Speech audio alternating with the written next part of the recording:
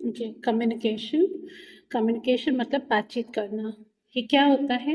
ये एक process of interaction with people and environment. हम लोग किसी से बात करें, उस चीज़ का ये इंटरेक्शन होता है।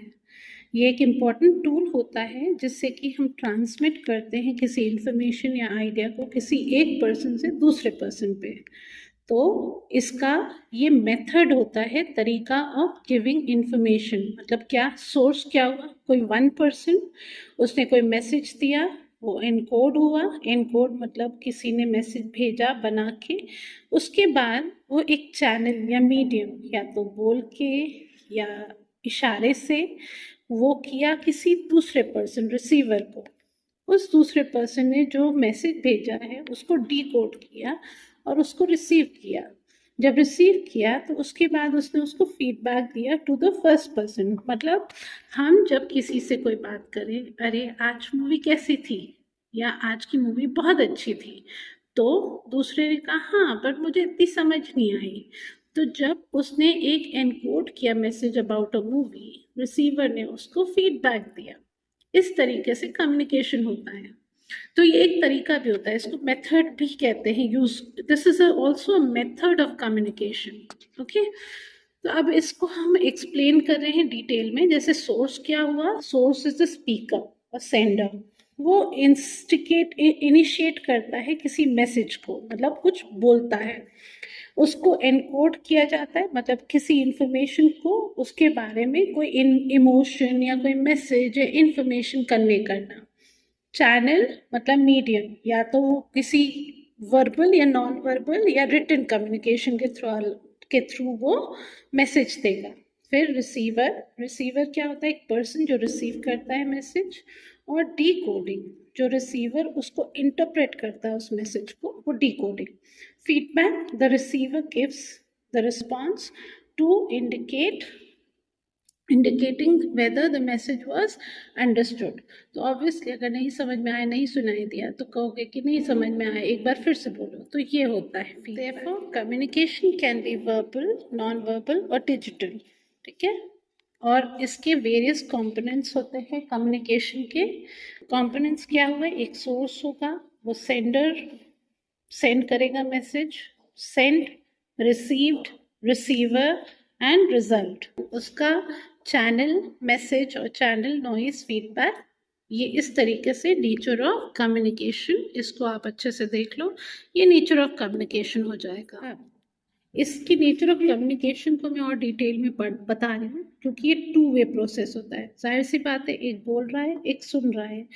तो टू वे प्रोसेस हुआ, फिर बाद में जो सुन रहा है वो बोल रहा होता है, और जो बोल रहा था वो सुन रहा होता है। तो टू वे प्रोसेस है। डायनेमिक एंड कंटिन्यूअस मतलब ऑनगोइंग प्रोसेस। मतलब एक ने बोला, पहले एक पर्सन ने बोला, दूसरे स्पीकर ने सुना, फिर स्पीकर टू ने बोला, स्पीकर वन ने सुना। तो ये ऑनगोइंग प्रोसेस है। पर्पसफुल। पर्पसफुल मतलब कोई इन्फॉर्मेशन बता रहे हो, या कोई परस्यूएट कर रहे हो, मना रहे हो, या कोई इमोशन एक्सप्रेस कर रहे हो, वो होता है पर्पसफुल। किस पर्पस से कम्युनिकेट या कम्युनिकेशन हो रहा है। फिर वर्बल या नॉन वर्बल। वर्बल में क्या होता है? स्पोकन या रिटन। नॉन वर्बल में आप बॉडी लैंग्वेज से बात करो, टोन, एक्सप्रेशन, मतलब अगर कोई चीज़ नहीं समझ में आ रही तो, या गुस्सा हो रहे हो तो मुंह बना दे रहे हो, तो वो बॉडी लैंग्वेज हो गया।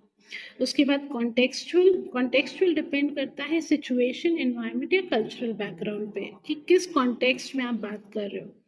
फिर उसके बाद सेम मैसेज में mean different things in different context. मतलब एक ही मैसेज का डिफरेंट मीनिंग और डिफरेंट कॉन्टेक्स्ट में बन सकता है।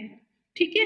फिर इरिवर्सिबल, जाहिर सी बात है, कहते हैं एक बार तीर निशाने, तीर निकल गया तो वो वापस नहीं आता। ऐसी मैसेज एक बार कोई चीज़ जब बोल दी गई और सामने ने रिसीव कर ली, तो वो अब वापस नहीं हो सकती। तो वही चीज़ है इरिवर्सिबल। और सिस्टमैटिक क्या है? इसका एक स्ट्रक्चर है, एक सेंडर होगा, वो मैसेज देगा, किसी मीडियम के थ्रू देगा, फिर वो रिसीवर रिसीव करेगा और उसका फीडबैक देगा। ये पूरा nature of communication. Barriers in communication ये भी इम्पॉर्टेंट है कि कहाँ बैरियर्स होते हैं कम्युनिकेशन में, मतलब कोई रुकावटें, कोई परेशानी बात करने में या कुछ कम्युनिकेट करने में। तो सबसे बड़ा है लैंग्वेज बैरियर। अगर आप किसी पर्सन से बात कर रहे हो, उसको आपकी लैंग्वेज, उसको आपकी भाषा नहीं समझ में आ रही, जैसे आप हिंदी जानते हो, वो इंग्लिश जानता है, वो हिंदी नहीं जानता, आप इंग्लिश नहीं जानते, तो बहुत बड़ा एक बैरियर होगा एक दूसरे को बात समझाने में। फिर इमोशनल बैरियर, मतलब क्या होता है, कई बार हम कुछ बोलना चाहते हैं, कई बार एकदम रुक जाते हैं, लगता है अरे बोलते हुए हम बुरे ना लगे, या एक कॉन्फिडेंस लूज होता है, या कॉन्फिडेंस नहीं है कि कहीं ऐसा ना हो कि मैं कुछ बोलूँ तो सामने वाला मजाक बनाए, तो वो इमोशनल बैरियर हो गया। फिर geographical barrier, of course cultural differences, मतलब कि जैसे आप किसी से, मतलब कल्चरल डिफरेंसेस, ज्योग्राफिकल बैरियर, जैसे आप यहाँ रह रहे हो, कोई साउथ इंडियन का है तो उसका कल्चर आपका कल्चर बहुत डिफरेंट होगा, वो उसकी बातें समझना, उसका बोलना, उसका रहन सहन डिफरेंट होगा, तो वो भी एक बैरियर बनता है। फिजिकल बैरियर, जैसे कि मान लो कोई बोल रहा है लेकिन सामने वाले को सुनने में दिक्कत है या बोलने में दिक्कत है, तो वो बोल नहीं पा रहा है या सुन नहीं पा रहा है, तो वो एक फिजिकल बैरियर हुआ। साइकोलॉजिकल बैरियर, जैसे स्ट्रेस या एंजाइटी, मान लो कोई एकदम स्ट्रेस में, एंजाइटी में, नहीं बात कर पा रहा, नहीं बोल पा रहा, लेकिन वो कुछ बहुत ज़्यादा जैसे एकदम स्ट्रेस में हो, कहना चाह रहा हो तो नहीं बोल पा रहा, वो भी एक कम्युनिकेशन बैरियर हुआ। टेक्निकल बैरियर क्या हुआ, जैसे आजकल टेक्नोलॉजी बहुत यूज़ हो रही है, हम फ़ोन यूज़ कर रहे हैं, हर तरह की गैजेट्स यूज़ कर रहे हैं, अगर उसको कहीं से, मान लो अगर मोबाइल इस समय किसी एक ख़राब हो जाए, मान लो चोरी ही हो जाए, सबसे बड़ा प्रॉब्लम तो क्या होगा, टेक्निकल बैरियर हुआ ना, you not able to communicate to your loved ones, your parents और your friends. Okay, organisational barrier is like unclear leadership, मतलब किसी ऑर्गेनाइजेशन में आप हो और वहाँ पे आपको यही नहीं समझ में आ रहा है कि हायरार्की क्या है, हायरार्की एज एन पोजीशन क्या है, किसको क्या बोलना है, एज इन अगर किसको रिपोर्ट करना है, वहाँ पे एक अनक्लियर लीडरशिप है, तो वो ऑर्गेनाइजेशनल बैरियर हो गया।